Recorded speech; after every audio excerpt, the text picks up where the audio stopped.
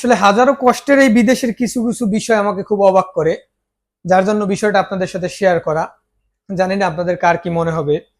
আসলে আমার হাতে যে চায়ের কাপটা দেখতেছেন, এই চাটা গ্রামে কিংবা শহরে যে কোনো টঙের দোকানে 10 টাকা কিংবা 20 টাকায় পাওয়া যাবে। কিন্তু করতে হবে কি, চাটাকে ওইখানেই আপনাকে খেয়ে আবার কাপটাকে দোকানদারকে ফেরত দিতে হবে, কারণ সে ওই কাপটাকে ধুয়ে আবার অন্য একটা কাস্টমারকে সে সার্ভিস করবে। কিন্তু আমার এখানে কি, আপনি যখন চা চাইবেন তখন এই কাপটা সহ আপনাকে দিয়ে দেওয়া হবে। এরপর আপনি চাটা খাওয়ার পরে কাপটা ফেলে দেন কিংবা নিজের কাছে রেখে দেন, বা পরবর্তীতে আসলে আবার আপনি দোকানদারকে দিয়ে দেবেন কিনা সেটা একমাত্রই একান্তই কাস্টমারের ব্যাপার। এখন অবশ্যই জানতে ইচ্ছে করতেছে যে তাহলে চাটার দাম কত। সে গ্রাম কিংবা শহরের টঙের দোকানে যে চাটা আপনি 10 টাকা কিংবা 20 টাকায় পেয়ে যাবেন, সেই চাটায় সেই সেম চাটাই এখানে আপনার কাছ থেকে রাখবে আমার এখানের 500 পয়সা, যেটা বাংলাদেশি টাকায় কনভার্ট করলে 160 টাকার উপরে।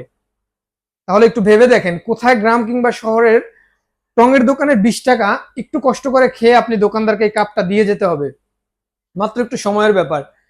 আর সেই সেম জিনিসটাই এখানে 160 টাকার উপরে, মাত্র কিছু সময়। আসলে আমার কাছে এখানে এই চায়ের দামটার চাইতে মনে হয় যে সময়ের দামটা কি বেশি মূল্যায়ন করা হইতেছে।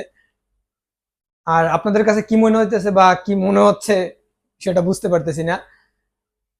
অবশ্যই জানাবেন আমাকে কমেন্টে যে আপনার কাছে কোন জিনিসটা বেশি কৌতূহলজনক মনে হইতেছে, যে চায়ের দামটা 160 টাকার উপরে, নাকি যে একটা চা কিনলে চায়ের সাথে এই সামান্য গ্লাসটা ফ্রি দিচ্ছে সেটা।